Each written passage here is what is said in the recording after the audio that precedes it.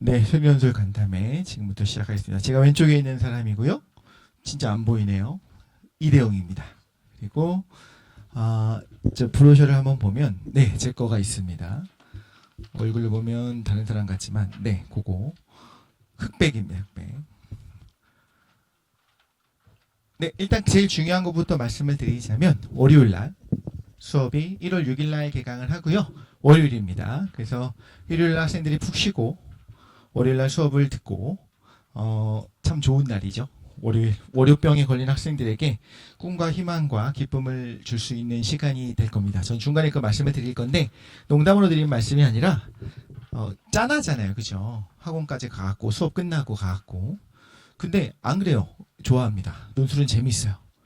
제가 그냥 하는 말이 아니고 실제로 학생들이 제 수업을 들을 때 너무 힘들어하고 괴로워하고 하기 싫어하고 그러지 않고 좋아합니다. 논술은 재미있는 과목인 것 같아요. 그래서 저도 실제로 논술만 하거든요. 내신도 하지 않고 수능도 하지 않습니다. 수리 논술만 해요. 수리 논술만 재밌기 때문에 그렇습니다. 근데 학생들이 그걸 다 아는 것 같아요. 그래서 월요일이라고 해서 너무 이제 안쓰럽다, 짠하다 이렇게 생각하지 마시고 오히려 월요일 학교 갔다 와서 수리 논술까지 딱 하고 나면 뭐 어렵겠죠. 쉽지는 않은데 이제 괴로워하거나 너무 가기 싫어하거나 이러지는 않더라라는 걸 제 경험상 말씀을 드립니다. 제가 월요일만 좀 비워주시면 돼요.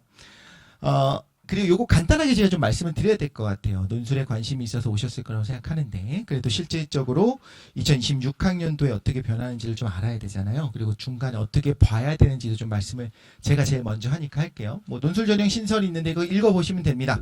사실 지금 이 타이밍에 여기 오신 부모님들께서 목표라는 대학들은 아닐 수 있기 때문에 그리고 뭐 학과가 신설된 부분도 있고요. 뭐 전형이 변경돼서 미래캠퍼스, 연대, 의대 과학논술도 폐지가 됐다. 그러면서 뭐 이게 좀 나와 있습니다. 뭐 전체적으로 뭐 이렇다고 해서 뭐가 크게 바뀔 거는 없어요. 그렇죠? 내가 한 군데만 쓰겠다. 예를 들면 연대 미래캠퍼스 의대를 할 거라는 생각을 지금까지 하고 있었으니 과학논술 지금은 안 해도 되는구나. 뭐 요거는 좀 다를 수가 있습니다. 의치와는 좀 다를 수가 있는데 그 외에는 요거는 알아서 수업을 하면서 지금 어느 학교를 갈지 정하는 건 아니잖아요. 자, 이 세 가지를 지금부터 잠깐 말씀을 드릴 거예요. 제 수업의 특징만 저도 후루룩 하고 내려가고 싶은데 그래도 요걸 아시면 훨씬 더 도움이 될 수 있습니다. 자, 일단 2026학년도에 어떻게 나올지 모든 것이 다 나오진 않았어요. 그래서 기준은 2025학년도 거를 기준으로 하되 2026학년도 공개된 걸 좀 같이 집어넣어서 할 건데요. 최저 기준이 있습니다. 수능 최저 기준을 넘으면 그냥 패스인 거예요. 최저 기준을 넘었을 때 2합 4가 있다라고 한다면 2등급 2개 합해서 4만 나오면 돼요. 1, 3, 7, 7도 되고요. 2, 2, 8, 8도 됩니다. 그리고 1, 1, 1, 1, 1도 되겠죠. 그럼 1, 1, 1, 1로 된 학생이 더 유리하냐? 없어요. 그게 없어요. 딱 그거는 그냥 패스하거나 아니거나입니다.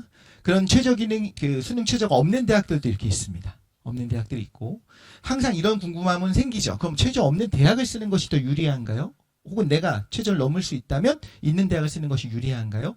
그거는 어차피 컨설팅 같이 나중에 지원할 때 좀 말씀을 드릴 건데 경험상 큰 차이는 없더라. 최저가 그렇게 막 빡세지 않거든요. 의대를 제외하면. 그럼 그거를 못 넘는 학생들이 논술만 기가 막히게 하는 사례도 분명히 있습니다만 그게 크지는 않아요. 그래서 보통 최저를 정말 기본적으로 이 정도는 했으면 좋겠다로 만들어 놓는 거지 최저가 중요한 대학들도 있습니다. 최저가 좀 높은 대학이 있어요. 그런 학교를 제외하면 큰 차이는 없더라라는 거를 말씀을 드려요. 실제 최저가 있다가 없다가 막 이렇게 없었던 대학이 다 생기고 하는데 크게 중요하지 않기 때문에 그럴 수도 있겠죠. 자, 그래서 최저 기준은 요걸 2025학년도 기준에다가 지금 2026학년도 몇 군데 공개된 데가 있어서 그걸 좀 바꿔놓은 겁니다. 요거만 말씀을 드릴게요. 어떻게 볼 것인지. 올해 좀 바뀔 수 있습니다. 여기 안 실어놨군요, 제가. 아직 확정이 아니어서 그런데 한 3월 달쯤에, 그러니까 계속 설명회를 오시면 나중에 이게 좀 확정된 것도 드리고 나중에 여기 확정되면요. 네이버 같은 데서 검색하면 쭉 나옵니다. 근데 보통 이렇게 써 있어서 말씀을 드릴게요. 흔히 말하는 두 장으로 돼 있는데 국어, 수학, 영어, 사과탐 이거는 뭐 선택하지 그러니까 사탐이든 과탐이든 상관없는 학교들을 써놓은 거고요. 여기는 과탐을 선택해야 되는 학교들을 얘기 써놓은 겁니다. 보통 뭐 이런 걸 예를 들어 볼게요. 3합 6이다라고 써 있으면 어떤 거냐면 성균관대 자연을 쓸 거면 세 개를 합해서 네 과목 중에서 정확히 뭐 성대는 이제 5과목으로 보거든요. 그 중에서 세 과목이 합해서 6이 안 넘으면 패스인 겁니다. 그러면 나머지 2개는 하나 혹은 2개는 그러니까 성대만 좀 달라요. 과학 2개를 다른 과목으로 쳐주거든요. 근데 그 나머지 과목은 뭐 몇 등급이 나와도 상관 자체가 없는 거예요. 그 한필은 뭐냐면 한국사 필수라는 거고, 한필이나 한국사 4등급 이내라는 게 안 써 있다고 한국사 안 본다는 뜻은 아니에요. 이건 공개된 걸 가지고 좀 적어 놓은 거기 때문에 그렇고, 기본적으로 그렇게 생각하시면 됩니다. 예를 들면, 3합 7이다라고 한다면, 3개를 해서 7등급이 나야 되니까, 이런 것들이 왜 2, 3, 나머지 하나는 굳이 보지 않아도 되는 그런 게 되겠죠. 그럼 당연히 이런 게 어려운 겁니다. 4과목을 보는데, 과투평이라고 하는 건 과학 2과목 평균을 낸다는 거예요. 그 딱 4과목입니다.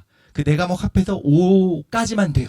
그러니까 딱 하나 정도는 2등급이 되고 3등급이 하나라도 들어가게 되면 무조건 합했을 때 5가 넘어가잖아요. 그럼 떨어지는 거죠. 그러니까 다 여긴 뭐가 있냐면 의대, 약대, 의예, 약학, 의대 이런 데는 다 이제 최저가 높은 대학들이 되는 겁니다. 여기는 이제 3합 4라고 하면 높죠. 그죠? 한 과목은 보지 않지만 3과목에서 4까지만 되니까 2등급, 1등급 2개, 2등급 하나까지만 허용하겠다. 다른 거 하나는 뭐 안 보겠다. 보통 의치, 한약, 수의, 약학, 의예인데도 불구하고 3과목밖에 안 본다는 거는 널널하게 풀어주는 거예요. 어떻게 보면. 그렇죠? 그래서 의대는 논술도 어렵기는 한데 꼭 그런 건 아닙니다. 논술이 되게 쉬운 대학들도 있어요. 의대인데도 불구하고 논술이 어렵지 않은 대학도 있습니다. 논술이 어렵지 않다는 건 문제가 어렵지 않다는 거지 합격이 어렵지 않다는 건 아니에요. 근데 그런 대학들을 볼 때 결과적으로는 그런 대학이 이게 변별력이 있나? 기본적으로 수능도 다 잘 보는 학생들을 뽑겠다는 겁니다. 그래서 그렇게 보시면 되고요. 뭐 이하보 이런 것만 한두 개만 더 보자면 건국대 같은 경우에는 수학 그리고 사탐, 과탐 그 2개 중에 하나만 보겠다는 거예요. 하나. 과탐이든 사탐이든 2개를 선택하잖아요. 그 중에서 하나 잘한 것만 알아서 들어갑니다. 잘한 것만 1이라 써 있는 거는.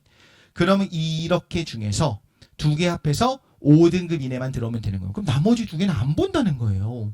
그러면 막말로 8, 2, 3, 7, 8 이렇게 나와도 최저는 돼요. 그럼 그것도 안 되는 학생들이 건대를 들어가나? 그것도 안 되는데 건대 무슨 말씀인지 아시겠죠? 생각보다 쉽지 않아요. 생각보다. 그래서 2합 5 정도는 들어가면 좋겠죠. 기본적으로 그 정도 했으면 좋겠지만 생각보다 그래 한 번도 저기 나간 적이 없는데 하필이면 수능날 이게 저 바깥으로 나가는 경우도 있을 수 있습니다. 그래서 수능 공부를 어느 정도는 하면서 전략적으로 좀 짜야 될 부분이 있어요. 자, 어쨌든 그런 것들이 있다라고. 그러니까 예를 들면 홍대는 제가 매번 파이널을 좀 하는 학교 중에 하나인데 수능 전에 보는 학교. 3합 8이 생각보다 어렵더라는 거예요. 홍대를 쓰는 학생들 입장에서 3개를 본다는 거니까 2개가 아니고 3개잖아요. 그래서 3합 8은 사실 생각해보면 지금 생각하면 야 3합 8도 안 되나 싶은 생각이 들잖아요. 생각보다는 학생들이 3, 3, 2가 나와야 된다는 거잖아요. 그렇죠? 2, 3, 3이 나와야 되는데 그렇지 않은 경우들이 있을 수 있더라라는 걸 말씀드립니다. 자, 그러면 요건 좀 넘어가서 최저만 패스하면 된다라는 거고 내신은요. 이렇게 생각하시면 됩니다. 내신은 거의 안 봅니다. 거의 안 보는데 만약에 6점 얼마, 7점 얼마가 찍혀 있으면 좀 보는 학교들이 있어요. 그 학교만 좀 조심해서 피하면 되는데 내신이 30% 들어간다, 20% 들어간다 이건 별로 중요하지 않아요. 예를 들면 그냥 있으니까 말씀을 드리자면 뭐 부산 경우 때 우리가 안 쓸 거니까 20% 세종대 인하대 같은 학교를 보면 30%가 들어가잖아요. 그죠? 내신이 30%가 들어가는구나 많이 들어가나? 그런데 예를 들면 서강대는 10%밖에 안 들어가죠. 10은 비교과입니다. 그러면은 인하대가 더 많이 들어가는 것처럼 많이 들어갑니다. 근데 그렇게 보이겠지만 실질적으로 얼마 들어가는지를 보자면요. 1등급일 때 30을 주고 2등급이면 28.8 여긴 좀 많이 들어가네요. 이거 잘못 썼나? 28.8이라고 많이 떨어졌네요. 그죠? 이상하죠. 글자가 좀 이상하게 잘 안 보이는데 자, 요걸 보시 이 맞는 것 같아요. 6등급 때까지 28.2예요. 30점 만점에. 그러니까 거의 쳐지는 게 없죠. 사실 서강대도 진짜 안 떨어진 학교입니다. 10% 들어간다고 하는데 10점 만점에서 7등급인 학생도 9.76점을 줘요. 10점 만점에. 거의 안 들어간다는 거예요. 그래서 이런 학교들. 그런데 보통 보면 한 6, 한 7 정도부터는 뚝뚝 떨어진 학교들이 있습니다. 눈에 띄는 걸 말씀드려요. 단국대 같은 경우에도 0.2, 0.2, 0.2 이렇게 떨어지다가 6다지는 19였다가 갑자기 14, 8 이렇게 뚝뚝 떨어지잖아요. 그래서 이런 학교들은 있을 수 있어요. 그래서 만약에 뭐 4점 얼마다, 5점 얼마다, 보통 6점 얼마다까지도 거의 상관이 없는 학교들이 대부분입니다. 실질 반영 비율은 높지가 않아요. 이렇게 하는 이유는 뭐 대치동, 목동, 자사고, 특목고 이런 학생들이 내신이 안 나온 걸 아니까 실제 합격생들 평균 내신도 보면 3점대, 4점대, 5점대예요. 논술은 그렇습니다. 합격생들 점수가 그래요. 또 이런 것들을 고려한다면 내신은 크게 중요하진 않다. 근데 예를 들면 지금 뭐 6점대 후반에 왔다 갔다 하는데 그거를 아예 버리지는 않아서 6 안에 들어오는 게 낫지. 6.98과 7.02 진짜 아무것도 아닌데 그것 때문에 점수가 뚝 떨어질 수는 있어요. 별로 중요하진 않더라. 하지 말라는 건 아니고 별로 생각하시는 것처럼 크리티컬하진 않다는 것도 좀 공개를 말씀을 드리고요. 자, 출제 범위가 좀 중요하겠죠. 2025학년도 기준 이렇게 크게 차이는 안 날 거라고 보입니다. 그런데 2026학년도 기준이 좀 달라진 부분들만 여기다 아래다 좀 실어놨는데 이걸 보면 기본적으로 지금 이 시점에 여력이 되면 미기화학을 다 하면 정말 좋습니다.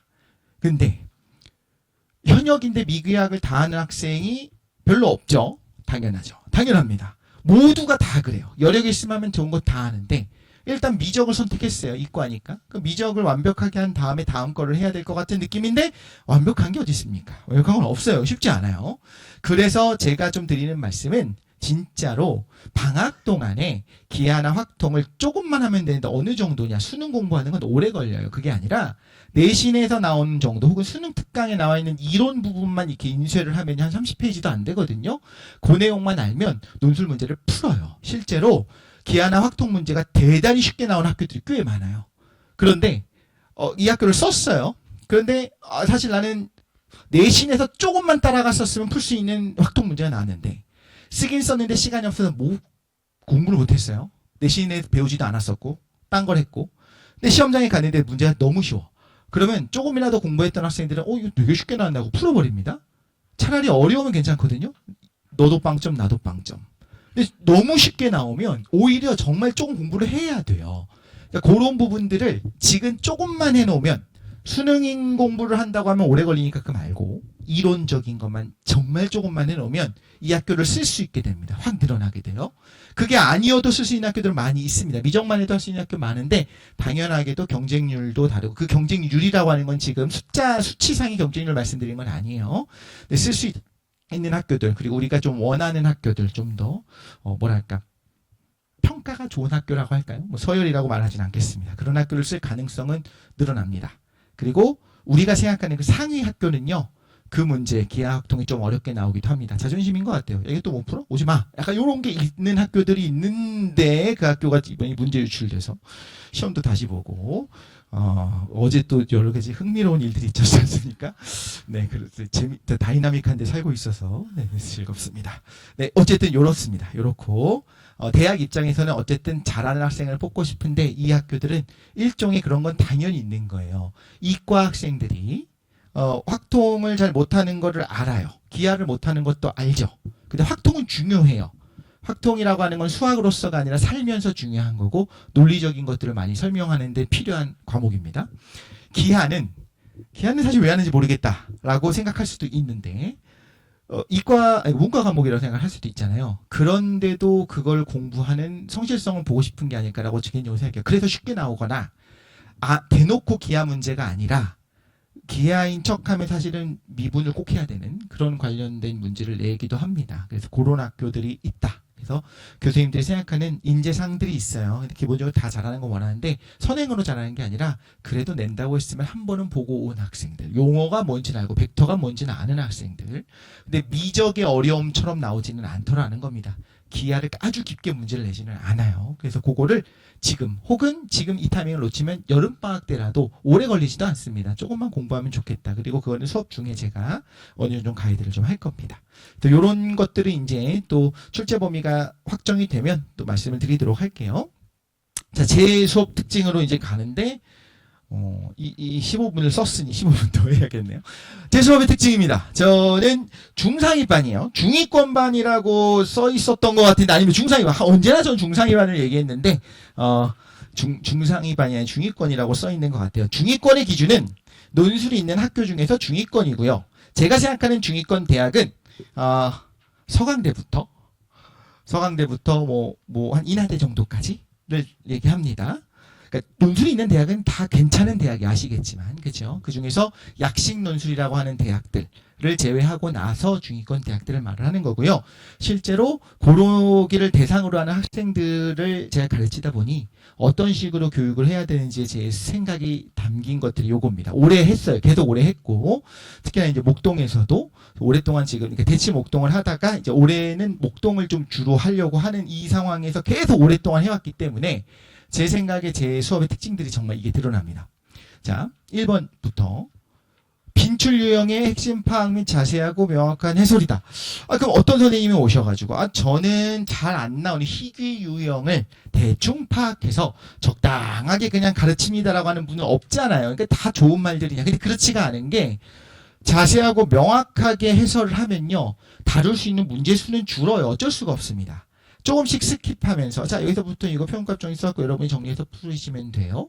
서술 같은 건 이거 갖고 그냥 수학적 기납법 써서 정리하면 돼요 하고 넘어가면 한 번 수업에서 5문제를 다룰 수가 있어요. 근데 저는 끝까지 풀어요. 끝까지. 그러니까 문제 푸는 것까지도 좀 보여주려고 하는 거죠. 그리고 샘플도 보여주는 거고 중위권 학생들한테는 그게 도움이 된다라고 믿는 거고 실제로 도움이 되더라는 겁니다. 상위권 학생들, 그냥 풀이 능력 자체는 훌륭한 학생들은 이제 방향, 어떤 흐름, 혹은 이걸 보고서 접근, 이걸 가르쳐주고 적당히 이제 너를 푸세요라고 하면 알아서 예시답안을 보고 공부를 하든 맞아, 그때부터 내가 할 수 있어 이렇게 풀 수도 있는데 한번 앞에서 정말 끝까지 풀어주는 게 필요한 학생들이 있어요. 그게 도움이 되는 학생들이 있습니다. 심지어 수능에서도 어느 정도는 도움이 되겠죠. 근데 물론 이런 질문도 나올 수는 있어요. 그럼 수능 공부하는데 뭐 필러 문제 푸는데 도움이 되나요? 도움이 되겠지만 그걸 위해서 논술 수업을 듣는 거는 좀 효율이 떨어지는 거고 이해하시겠죠? 그래서 전 정확하게 끝까지 명확하게 100% 이해시키는 걸 목적으로 할 겁니다. 수업을 그렇게 할 거고요. 2번이 대단히 중요한데요. 제가 볼 때 제일 중요한 건 접근이었어요. 논술을 많이 하면 논술 문제가 익숙해지면 그냥 제시문을 보고 문제를 보면 적당히 어떻게 푸는 거겠거나라는 게 느껴져요.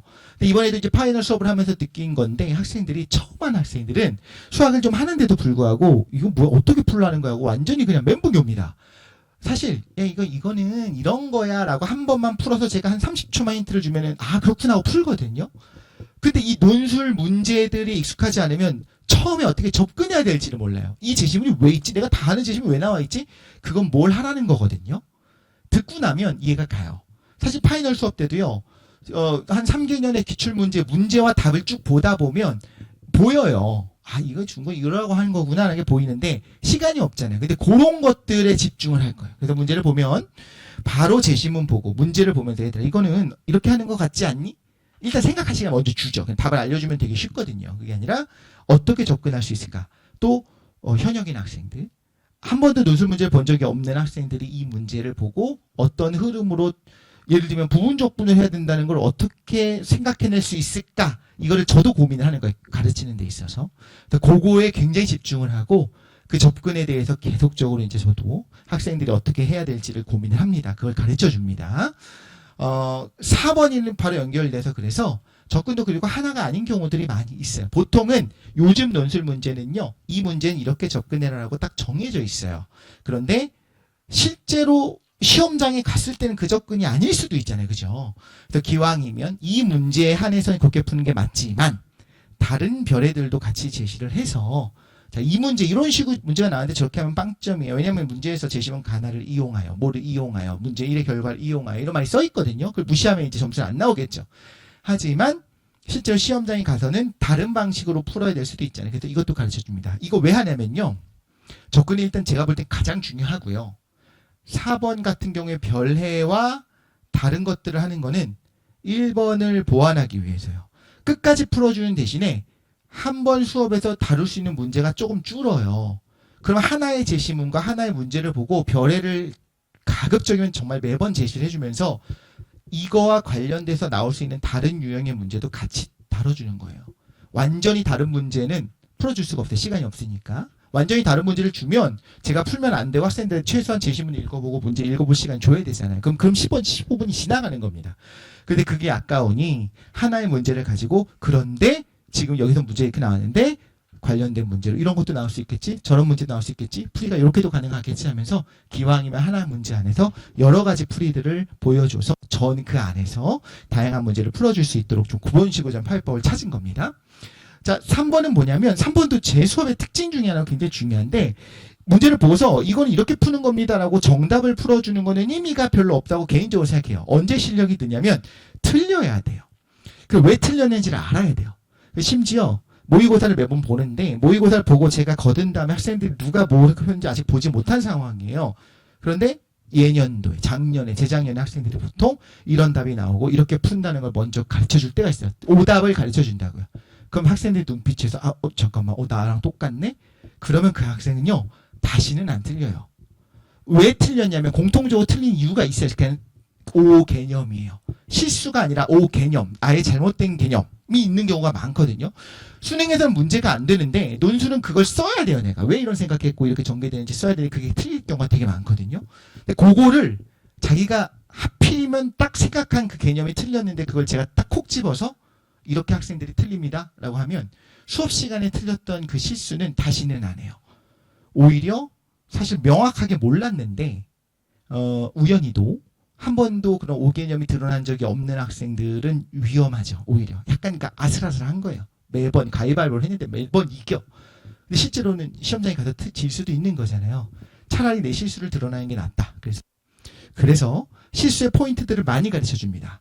학생들이 하기 쉬운 것들 혹은 제가 이제 첨삭을 계속 하다 보니까 생긴 오개념들을 계속 가르쳐 줘요. 이거 이렇게 하는 학생들도 있고 이렇게 생각할 수 있는 이것도 아니고 틀린 예들. 그 틀린 예를 가르쳐 주는 것이 저는 가장 많이 배운다고 생각해요. 왜 틀렸는지를 학생들이 알아내야 되잖아요. 이 개념이 왜 틀렸는지 알아야. 그래서 한 번도 수업에 있어서 많이 합니다. 실제로 공부할 마음이 있는 학생들은 어떤 문제는 어려워서 아예 쓰지도 못해요. 백지입니다. 근데 계속 이거를 이렇게 틀린 학생도 있고 저렇게 생각할 수도 있는데 그것도 틀린 거고 이거는 학생들이 하기 쉬운 오해고 이렇게 설명해 주면 실력이 별로 도움이 안 되는 것처럼 느껴져요. 근데 반대로 그럼 어떻게 할 수 있냐면 자 이건 이렇게 푸는 겁니다라고 그냥 정답을 제시해 주는 거예요.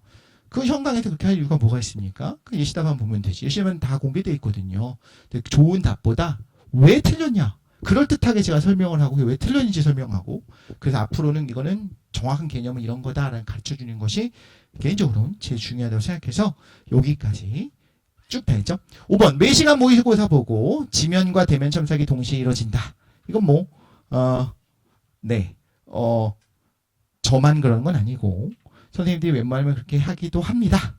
그래서 저만의 특징은 아닙니다. 어쨌든 모의고사 매번 봅니다. 중상위 학생들이라면 중상위의 기준 제가 말씀드린 것처럼 한양대까지 쓸 거고 연대, 한양대 아니면 의치한 그 이하가 나올 것 같으면 저는 재수할 거예요 하는 학생은 상위권이라고 보는 거예요. 저는.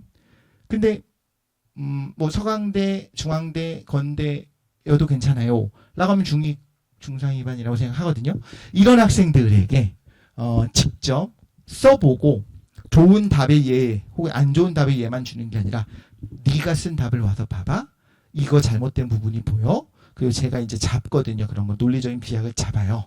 그게 되게 도움이 되고요. 실제로 실력이 늘어납니다. 어떤 실력이 늘어나면 수학적인 실력은 자기가 알아서 키워야 되는데 오개념이 좀 잡히는 것이 있고 또 하나는 서술을 좀 더 잘하게 되고 확실해요. 서술은 지금부터 수업을 들으면 얼마나 많이 쓰겠어요. 매번 계속 매주 쓰잖아요. 그래서 그건 확실히 늘어납니다. 그래서 그건 좀 중요하다라고 생각하는데 이것조차 의치한반 같은 경우에는 매번 쓰기 안 할 수도 있어요. 좋은 답의 예를 주고 알아서 공부해라 라고 하는 경우도 있을 수 있어요. 이건 정답이 있는 건 아닌데 제가 볼 때 중위권이 이게 중요하더라. 6번은 그냥 어느 학교 쓸지를 어떻게 아냐는 거예요. 유리한 대학이 어딘지. 컨설팅을 들으면 되겠지. 컨설팅 들으면 컨설팅 선생님 어떻게 합니까? 어느 학교에서 어떤 유형의 문제가 나오는지까지는 알 수가 있다 치더라도 그 다음에 얘가 어떤 문제를 잘 쓰는지 어떻게 알겠어요? 이 학생의 답을 봐야 알죠. 그걸 계속 봤던 사람은 저죠. 그죠? 그래서 이 모의고사를 매번 하고 첨삭을 제가 직접 하니까 쭉 보다 보면 이 학생은 어떤 학교들이 좀 유리하다는 게 보입니다. 그래서 그거에 대해서도 처음부터 6장을 어디를 써라 이렇게 알려주긴 힘들지만 고비들하고서 갖고 왔는데 3장은 준비했는데 2개 더 추천을 해주신다면요 요런 거에 대한 상담이나 아니면 4개 중에 2개를 써야 되는데 어디가 유리할까요? 요런 것들. 그리고 제가 봤을 때 도저히 쓰면 안 되는 데를 써놨을 때, 혹은 너무 낮게 썼을 때, 너무 높게 썼을 때, 이런 거에 대해서도 제가 좀 말씀을 드릴 수가 있는데, 이거는 이제 여름방학 끝날 때쯤에 한번 부모님과 함께 이야기할 수 있는 시간을 갖도록 하겠습니다. 뭐 했던 말입니다. 그래서 중상위 반이라면, 일단 자기가 써야 됩니다. 눈으로 보면 절대 해결되지 않아요. 파이널의 문제가 그거였어요. 파이널에 매번 쓰기도 합니다만 계속 얘기를 해요. 예시답 한번 보라고. 예시답 보는 게 제일 중요하다고. 답을 보고서 내가 생각한 답이 2분의 1, 얘도 2분의 1 맞는지 이것 좀 확인하는 게 아니라 어떻게 썼는지 보라는 거예요. 그래서 자기가 직접 손으로 쓰는 게 중요한데, 그거는 파이널 때 아무리 하라고 해도 학생들이 많이 안 하거든요. 근데 정규반 수업을 들으면 매번 어쨌든 써요. 1시간 주고 쓰라고 하니까. 그러면 점점 정말 자기 실력이 늘어납니다. 그러니까 아실 거예요. 손으로 쓰는 거는 눈으로 볼 때 너무 익숙한데 갑자기 손으로 쓰라고 하는데 똑같은 문장 옮기라고 하면 갑자기 턱 하고 막혀요. 눈으로 볼 땐 고개 끄덕끄덕 당연한 얘기 나왔네. 열린 거들 하고 닫힌 거 아니면 쓰라고 하면 이상하겠어요. 그거를 해보는 거. 그래서 매번 논술모의고사 볼 거고, 개념이 완벽하지 않고 틀린 오개념이 많아요. 그래서 그 개념 설명을 항상 할 겁니다. 아예 정말 실전반, 의치한반이라고 하면 그런 설명하고 있으면 애들이 나가버리죠. 근데 그래도 중상위권의 학생들은 정말 잘 틀리는 개념이 분명히 많고 대부분 틀려요. 그걸 다시 한번 설명하면서 꼼꼼하게 개념을 다시 한번 설명할 거고요. 첨삭 당연히 개별적으로 합니다. 네 답을 한번 봐봐. 일주일 전에 네가 쓴 답이야. 너도 모르겠지? 너도 왜 했는지 모르겠지? 그러면은 본인이 쓸 때는요. 쓰는 때는 머릿속으로 생각하는데 그 중에서 일부만 쓰잖아요. 이거 이모로 이렇게 하는데 이무로란 말을 안 쓰고 그냥 쓰는 거예요. 그래서 답안지를 쓴다고 대출을 했는데 일주일 지난 다음에 야 근데 이거 뭐야? 무슨 의미야? 그 다음에 어딜 봐야 돼? 그러면 자기도 한참 들여다봐요.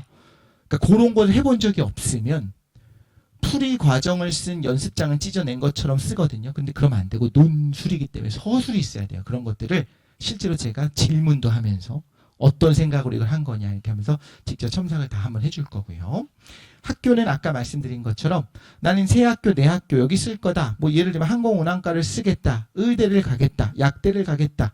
그런 식으로 뭐 건축을 쓰겠다. 이렇게 딱 정해져 있는 게 아니면 사실 지금 어느 대학을 갈지까지 정해진 건 아니잖아요. 그럼 이 정도 대학 중에서 이 세네 개 중에서 어디가 그래도 유리할까? 최저는 있는 게 나을까 없는 게 나을까? 뭐 이런 것들 과학이 있어야 될까 뭐 과학이 이제 없어졌으니까 이런 거에 대해서 상담을 하려면 제가 학교들 잘 파악해서 라기보다는 뭐 그것도 그렇습니다만 논술만 하니까 그 학생의 답을 계속 봐왔기 때문에 이 학생이 유리한 데가 어딘지는 좀 더 잘 할 수가 있습니다. 그래서 그 부분도 제가 상담을 하도록 할 겁니다. 아까 말씀드린 거로 돌아가자면 거의 끝났습니다. 학생이 좋아합니다. 좋아요. 즐거워합니다. 막 이렇게 웃고 떠들고 이런 건 절대 아니지만 괴로워하지는 않아요. 약간 말이 바뀌었나? 에너지를 얻어갑니다. 왜냐하면 논술은 원래 재밌어요. 믿으시는지 모르겠지만 재밌습니다. 수능처럼 30초 안에 생각하지 않고 푸는 그런 게 아니라 문제를 받고 나서 한 5분 정도 먼저 읽어보고 그 다음 배우는 재미가 매번 있어요. 저는 그렇게 생각합니다. 학생들이 좋아한다. 즐거워한다. 지루해하지 않는다 정도로 제가 약간 바꾸고 그리고 학생들이 잘 안 나갑니다. 이것도 좀 장점 중에 하나인 것 같은데 쭉 들어요. 파이널도 또 계속 또 와서 들어요. 도움이 되니까 그런 거죠. 학생들이 도움이 안 된다 싶으면 바로 그만둡니다. 학생도 알거든요. 비싸잖아요. 알잖아요. 이거면 뭐 한 2달이면 아이패드를 사는데 그런데 학생들이 듣는다는 건 내 돈 아니니까가 아니고 도움이 되니까 그런 거예요. 자기 시간 아깝잖아요. 3시간 반 수업을 하는데 분명히 도움이 되니까 끝까지 잘 듣습니다. 그런 것들도 저는 고맙기도 하고 사실 한편으로는 학생들한테 고마우니 계속적으로 이제 많은 걸 가르쳐 주려고 하죠. 파이널까지는 그걸 말하는 겁니다. 수업 들었던 학생들이 파이널까지 쭉 오더라. 이건 이제 재밌는 사례가 몇 개가 있는데 이제 대치동에서 수업을 들었던 애가 목동에 온 거예요. 지금 대치동에서 제가 파이널 안년 학교를 쓴다고 그런 사례들이 있었어서 그거는 이제 그 학생은 바보 같은 걸 한 거죠. 하지만 그만큼 얘가 그냥 제가 좋아서 왔겠습니까? 도움이 되니까 자기가 볼 때는 매번 수업마다 배우는 게 있으니까 그래서 왔다고 생각해요. 그래서 제가 이거는 말씀드렸고요. 저 이제 여기 인쇄된 걸 보면 요거보다 좀 폰트가 예쁘죠? 요거 약간 깨져 있습니다. 요 아래 요거 이게 필기체로 원래 돼 있어야 되는데 거의 다 했습니다. 이거 필기 채워야 되는데, 네. 이렇게. 이거 좀 예전 거를 그냥 실어놨습니다. 이거 바꾸기가 뭐, 올해 건 아직 나오지 않았기 때문에. 근데 이거는 뭐냐면, 이유가 있어. 한번 그냥 읽어보시면 되는데, 6개 썼는데 4개 붙은 경우는 되게 신기한 거예요. 저도 놀랐어요. 물론, 최상위권만 붙은 건 아닙니다만. 근데 그 학생이요, 제 파이널 수업을 4개를 들었는데, 그 중에 3개를 붙은 거예요. 그만큼 전 파이널 잘합니다 가르치려고 말씀드린 게 아니고, 파이널 때 적중도 꽤 합니다만, 그거는 제가 무슨 해서 그런 게 아니고, 그냥 뭐, 하다 보면 되죠. 얻어 걸립니다. 제가 이걸 실어놓은 이유는, 이 정도로 꽤 하는 학생이 제 수업을 계속 들었다는 거는 매번 배우는 게 있으니까요. 매번 특별하게 뭔가 배우는 게 있기 때문이다. 그걸 좀 말씀드리려고 한 거예요. 이런 사례도 있더라. 이 친구는 깜짝 놀랄 뻔했어요. 이건 진짜 여학생이었어요. 근데 너무 하향을, 제가 볼 때 수학 꽤 잘하거든요. 나쁘지 않았어요. 늦게 들어왔긴 했지만 나쁘지 않은데 절대 재수는 안 한다고 다 낮춰 쓰는 거예요. 그래서 제가 그때 굉장히 위험하지만 아깝다. 물론 안 될 수도 있어. 그래도 이 학교 붙으면 내년에 또 공부할 거면 좀 높여서 써보자 해서 제가 살짝 설득하고 좀 높였거든요. 그랬는데 밀렸었다는 거예요. 미쳐버리죠. 이거는 이제 좋은 사례가 아니라 큰일 날 뻔한 사례인데, 그때 이제 최저가 괜찮았던, 최저 패스할 수 있었던 대학이 건국대 한 군데가 있어요. 그러니까 하나만 쓴 거예요. 건국대만. 근데 당연히 떨어질 줄 알았는데. 그런 거 있잖아요. 사랑하는 사람이 나를 보는 눈빛이 바뀌어서 아무래도 이별을 얘기할 것 같을 때 차라리 빨리 말해버렸으면 좋겠는. 그죠? 그래서 이 친구도 자기가 떨어졌을 거라고 확신하면서도, 왜냐하면 실력 때문이 아니라 그 경쟁률이 너무 높으니까 차라리 떨어졌다는 걸 듣고 싶어서 했는데 합격한 거야. 와, 하나 썼는데. 그래서 실제로 꽃 들고 찾아왔습니다. 어머님께도 되게 좋아하셨어요. 그럴 만도 하지요. 이 학생이 잘한 겁니다. 근데 이거는 왜 싫어하냐면 컨설팅에 도움이 돼요. 제가 볼 때 여기 정도 쓸 수 있을 텐데 해서 100% 된다는 절대 아닌데 아까운 학생들이 있어요. 올해 못 가면 내년까지 하는 걸 고려해서라도 네가 이 정도 대학에서 멈추는 거 좀 아깝다. 내가 지금 보니까 이 정도 갈 수 있는 실력이 있어라고 하는 때는 진심을 담아서 얘기를 합니다. 그런 것들 도움이 분명히 되는 부분이 있다는 거고, 이 친구는 멀리서도 오뎅에 대치했었는데 그러다가 이제 그만하겠다는 거예요. 너무 힘드니까. 그리고 되게 힘들었대요. 그 학교 근처에서는 그렇지 않았는데 대치 와서 이제 수업을 듣고 이제 주일날 밤에, 일요일 밤에 다시 내려가야 되는데 여기 와보니까 애들이 너무 열심히 하는 게 이제 지가 질린다는 거예요. 근데 제가 볼 땐 얘도 잘했거든요. 지친 거죠. 그래서 그만두겠다고 하는데 온라인 수업을 듣다 이제 하겠다고 했는데, 보통 그만둔다고 하면은 잡지는 않거든요. 왜냐면 저 놀고 싶어요가 아니잖아요. 다른 공부를 하고 싶다, 너무 힘들다. 근데 얘는 좀 아까웠어요. 그래서 좀 했으면 좋겠다 설득을 해서 잡았는데, 그래서 실제로 잘 갔고 합격도 했고 그렇게 붙잡기도 하더라. 보통은 안 잡습니다. 보통 안 잡아요. 자존심 상하잖아요. 그런데 잡을 때도 있습니다. 그리고 그게 도움이 되는 경우도 분명히 있더라는 겁니다. 저도 이제 계속 논술을 꽤 오랫동안 하다 보니까 보다 보면 이 학생이 그래도 가능성이 있다. 그러니까 되겠다는 함부로 말 못해요. 항상 잘하는 학생들이 떨어질 수도 있거든요. 근데 얘는 가능성이 분명히 있다 하는 학생들은 보이거든요. 그런 학생들은 가급적이면 저도 끌고 가고 싶은 거죠. 수업은 이렇게 할 겁니다. 이거는 뭐 별 중요하진 않아요. 왜냐면 알아서 3시간 반 수업을 하는데 제가 뭐 2시간 놀고요, 1시간 반 열심히 할 겁니다. 이렇게 할 리가 없잖아요. 알아서 제가 그 부분은 칼같이 할 건데, 일단 1시간 동안 모의고사를 매번 볼 거고요. 그러면 그거에 대한 풀이는 바로 하는데, 이 모의고사를 푼 걸 제출한 거를 제가 첨삭을 해와서 그 다음 주에 또 모의고사를 볼 때 한 명씩 불러서 첨삭과 함께 좀 이거저거 질의응답까지 받을 겁니다. 그래서 여기는 강사 혹은 전문 첨삭 선생님이라고 써 있는데, 제가 할 겁니다. 제가 할 겁니다. 여기 계신 모든 어머니들의 모든 자제분이 다 들어오면, 그러면 감사하게도 제가 전문 첨삭 선생님을 쓸 텐데 보통은 그러진 않더라고요. 그러면 또 인원이 많아지면 반을 나눠서 어떻게든 할 수 있도록 제가 다 직접 할 겁니다. 이제 첨삭이 제대로 안 이루어져요, 뭐 이게 대충 했어요, 이런 말은 나온 적이 한 번도 없어요. 어떻게든 저도 그건 되게 중요하게 여기기 때문에, 자 어쨌든 그거는 그렇게 할 거고요. 커리큘럼도 별로 중요하진 않아요. 왜냐면 학생들을 보면서 조금씩 바꿀 겁니다. 근데 기본적으로는 처음에는 수원 수투만으로도 얼마든지 어려운 문제를 낼 수가 있어요. 더 어려운 문제들 많이 나옵니다. 그런 걸 하다가 이제 4, 6월 정도 되면 미적분 아직 진도 걱정 안 하셔도 돼요. 진도 끝났다고 해서 잘 푸는 거 아니고요. 진도 안 나갔다고 푸는 것도 아니고 어떻게 개념 설명하면서 갈 거예요. 그래서 그렇게 중간중간에 제가 가르치면서 쭉 수업을 해서 나중에는 기하는 그렇지만 확통은 좀 다룰 거예요. 어느 정도까지는.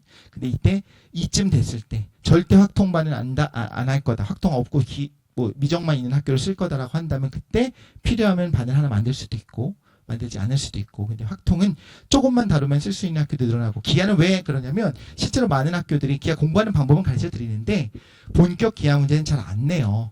기하의 개념이 살짝 제시문에 들어가 있고 그래프는 그려져 있지만 실제 문제 풀이에서는 미적이 더 중요한 그런 경우가 문제가 많이 나왔거든요. 그러니까 교수님들도 부담이 있는 거예요. 꼭 본격 기하 문제를 냈는데 이걸 잘 푼다고 과연 우수한 학생이냐. 좀 애매한 거죠. 그래서 실제로는 미적이 좀 어렵게 나온 부분들이 있습니다. 자, 이런 식으로 커리큘럼이 짜지고 가게 될 겁니다. 끝났습니다. 자, 지금 굉장히 중요한 시기인 거를 알고 있고요. 그래서 저도 열심히 할 거고요. 학생들 지금 처음부터 시작해서 끝까지 가는 거 보면 사명감 가지고 열심히 하도록 할 겁니다. 월요일 날 6시부터 9시 반. 9시 반 한 이유는 9시 반에 와서 학생 데리러 오지 마십시오. 9시 반에 안 끝납니다. 항상 좀 더 할 거예요. 애들은 싫어하는데 어머니들도 싫어하는데 차 세울 데가 없으니까. 근데 정없지 않아요? 9시 반에 다 끝내면? 그래서 일부러는 아닌데 꼭 하다 보면 5분 먼저 끝낼 것이냐 이 설명을 시작하면 한 10분을 더 해야 될 수도 있거든요. 근데 항상 후자를 선택할 수밖에 없어요. 저는. 그러니까 저도 나름의 집착이고 사명감이고 어쨌든 그런 게 있습니다. 근데 애들이 그렇게 싫어하니까 그렇지 않아요. 아까 말씀드린 것처럼 이게 싫으면 굉장히 애들이 막 진짜 한숨 팍팍 쉬면서 이러지 않아요. 재밌으니까. 그래서 10시 전에는 무조건 끝낼 겁니다. 불법을 자행하진 않겠습니다. 자, 그래서 1월 6일 개강이니까 한번 시간을 잘 비워주시고 참 이거를 말씀 안 드렸네요. 차라리 빨리 수업을 듣고 논술이라고 하는 문제가 안 맞는다 나랑 그런 학생들이 있어요. 그럼 빨리 논술을 포기하고 차라리 수능 정시나 뭐 다른 거에 집중하는 게 낫습니다. 처음에는 아직 준비가 안 됐고 내신이 안 끝났고 뭐가 안 됐고 해서 그걸 끝나고 와야죠 해갖고 왔는데 한 5월 6월에 들어왔는데 꽤 잘해. 그럼 앞부분에 수업 못 듣잖아요 다시. 그게 너무 아깝거든요. 그래서 책 빨리 들어보고 아니다 싶으면 그만두는 게 훨씬 낫다는 거예요. 훨씬 낫습니다. 알겠죠? 근데 지금 할 거 많잖아요. 부담스러운 거 다 알고 있어요. 옆에 분도 똑같은 생각하고 있을 거예요. 매년 그래 들으면 좋지. 근데 월요일날 이미 수업이 잡혀 있는데 그걸 알고 있어요. 그런데 저는 이제 개인적으로는 그래도 빨리 듣고 맞으면 쭉 가고 아니면 빨리 포기하는 것이 더 낫다. 다른 선생님을 찾는 거는 옵션이 없을 거예요. 제 수업을 들었는데 별로라고 해서 다른 선생님 수업을 들었더니 너무 좋거나 그거는 개인적으로는 그런 일은 없을 거라고 생각합니다. 그런 얘기를 들어본 적도 없습니다. 물론 제 눈앞에 대고 당신 수업은 별로였어라고 하는 학생은 없겠지만 그냥 논술이라고 하는 것 자체가 맞거나 안 맞거나를 본인이 판단하는 데 있어서는 제 수업을 들어보면 알 거라고 생각해요. 그래서 그걸 빨리 한번 듣고 판단하는 거 좋을 것 같습니다. 네, 일단 여기까지 하고요. 질의응답 시간이 있나? 없으면 다음 선생님이 준비되어 있는데 지금 원장님이 여기 안 계시네요. 없으니까 빨리 원장님이 나가라고 오기 전에 빨리 질문을 받아보도록 하겠습니다. 혹시 논술 전반에 대한 것도 괜찮고 제 수업에 대한 질문 있으신 분 있으면 해주셔도 좋습니다. 이렇게 없으면 민망해지는데 논술 전반으로 할까요? 그래도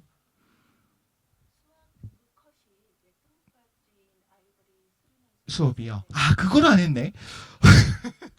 왜 코어 수학이냐면요. 제가 생각할 때 정말 코어 실력이 중요하다고 생각했어요. 그 코어 실력은 뭐냐면 이제 모의고사를 본 다음에 이렇게 물어보세요.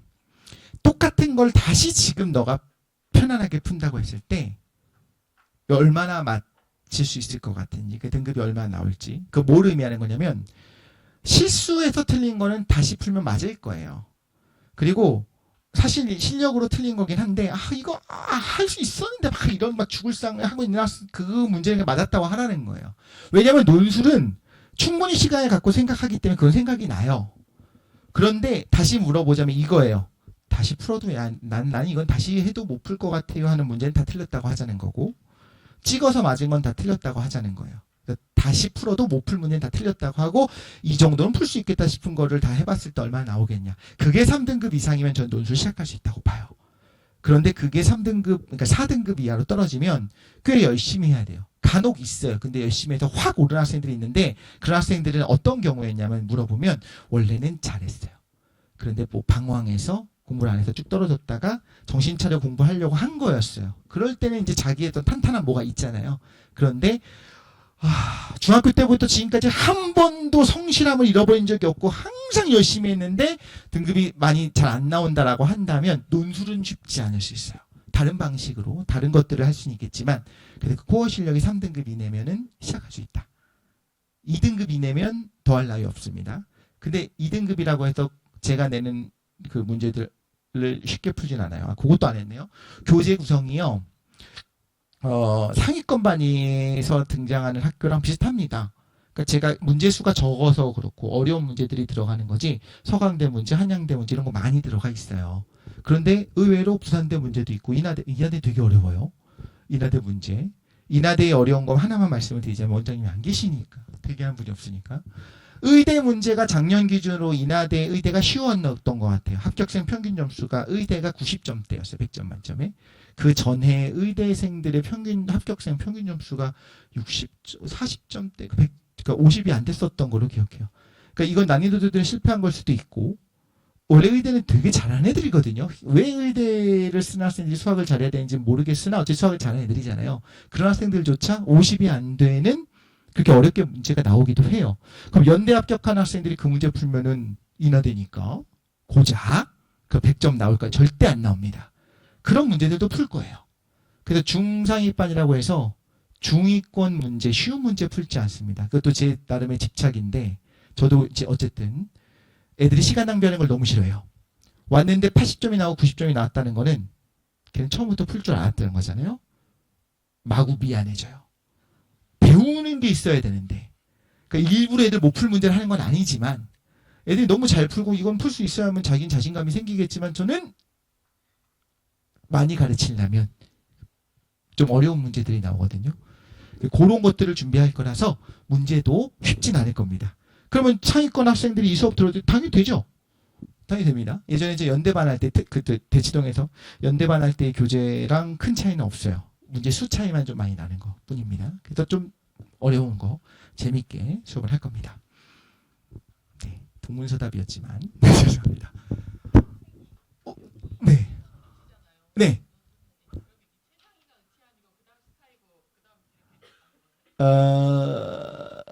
황영원 선생님이 이제 최상위반을 계속 해오셨고, 네. 수업을, 네. 맞습니다. 그래서 이제,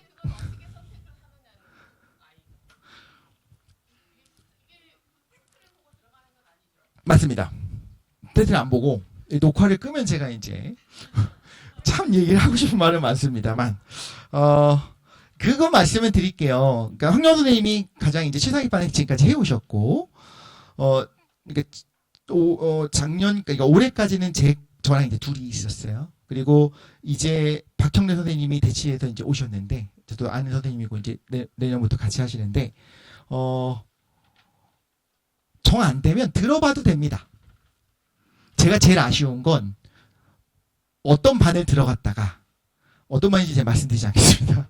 너무 어려워서 그만둬 버리는 게 제일 아쉬워요. 학원에서는 그렇게 하고 싶지 않고 그럼 제 수업을 들어보라고 하거든요.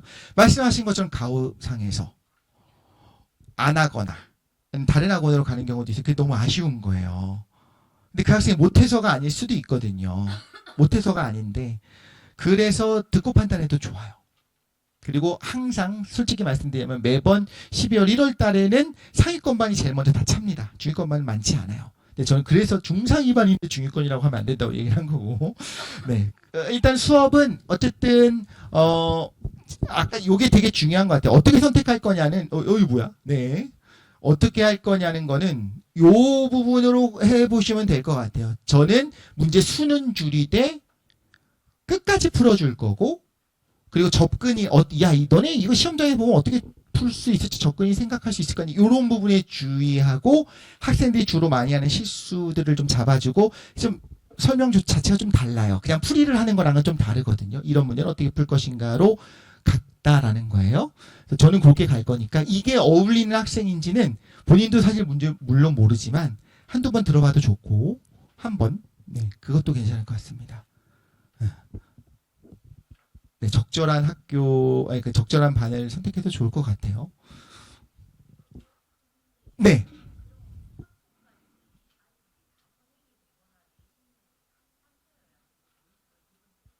아닙니다. 그런 학생은 없지는 않지만 별로 없습니다. 별로 없는데, 근데 하면 무지하게 유리하다는 거예요. 그래서 상담을 할 때 보면, 내신, 그러니까 안 했대요. 내신에서도 안 했어. 그러면 안 했대요. 그때 이제 딴 공부한 거죠. 공부인지 모르겠지만. 그런데, 그냥 뭐 저 열심히 안 했는데요. 그냥 내신이 있어서 하긴 했어요 하는 학생들이 무지하게 유리한 거예요. 그 개념만 알고 있어도 조금만 보면 그 개념만으로도 논술 문제를 풀 수 있게 나와요. 근데 그게 안 된 학생들이 많잖아요. 그거를 가르쳐 줄 거예요. 개념 설명하고. 시간이 없, 정규반에서도 한 번씩은 합니다. 나중에 가면요. 그리고, 이걸 꺼야 얘기를 하는데. 이런 부분을 모아놓은 거를 주고 학생들한테 이건 좀 공부를 하라고 얘기를 할 겁니다. 그거면 돼요. 실제로 그거면 되고. 근데 이제 그 내용을 심지어 오픈북처럼 펼치고서 푼다고 푸는 건 아니잖아요. 그러니까 아시겠지만 미적 다 선택해지면 미적 문제 못 풀잖아요. 근데 거기서부터는 수학적 능력이 필요한 거지 개념을 몰라서는 아니거든요. 그러니까 개념은 어렵지 않아요. 생각보다. 개념은 공부를 해라. 그래서 개념만 알면 기하나 확통은 풀 수 있게 나온 경우가 대부분이고 미적은 무슨 개념 안다고 풀 리가 있습니까? 원래 어렵게 나오는 거고. 그러니까 그래서 개념만 공부를 해라라고 저는 얘기하고 싶고 그건 좀 정규반에서 설명할 겁니다. 근데 만약에 좀 지금 여력이 돼서 재미로라도 그걸 공부하는 학생 혹은 성실하게 내신에 있었으니까 뭐 열심히는 안 했는데 저 선택할 건 아니니까 열심히 안 했는데 저는 기분이 나빠서 못하는 건 싫어서 조금 했어야 하는 학생들이 간혹 있는데 너무너무 좋아요. 그러면 좀 너무너무 행복해집니다. 근데 거의 없어요. 확실하게 말씀드릴게요. 원장님 계속 하지 말라고 하고 저는 그때 안 쉬면 언제 쉬냐 하면서 계속 하고 싶어 하는데 딱 2번 정도 쉴 가능성이 있어요. 학교가 너무 퍼져 있으면 모르겠는데 목동 지역의 학생들이 좀 시험이 많이 있을 때 학생들이 저는 내신 안 하고요. 어차피 논술 할 거예요 라고 하더라도 내일이 시험인데 오는 건 부담스러워 하긴 해요. 그래서 한 2번 정도는 아마 쉴 것 같습니다. 네.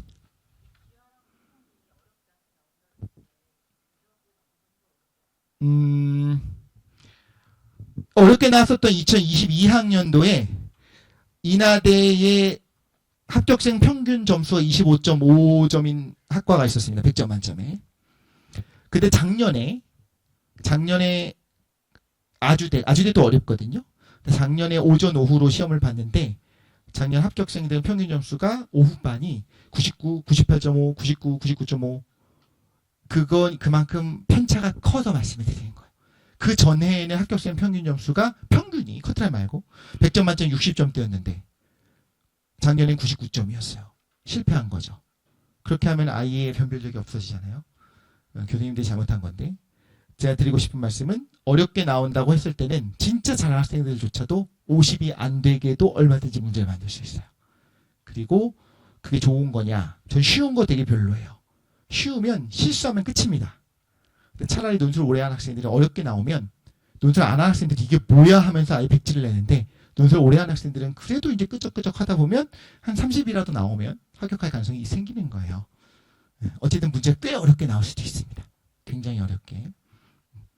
그리고 이렇게 평균 점수를 공개한 학교도 있고 안 한 학교도 있기 때문에 이거는 공개한 학교를 기준으로 제가 말씀을 드린 겁니다. 저는 여기까지 하고 우리 형래쌤 오셔서 형래쌤 선생님 수업하도록 하겠습니다. 감사합니다.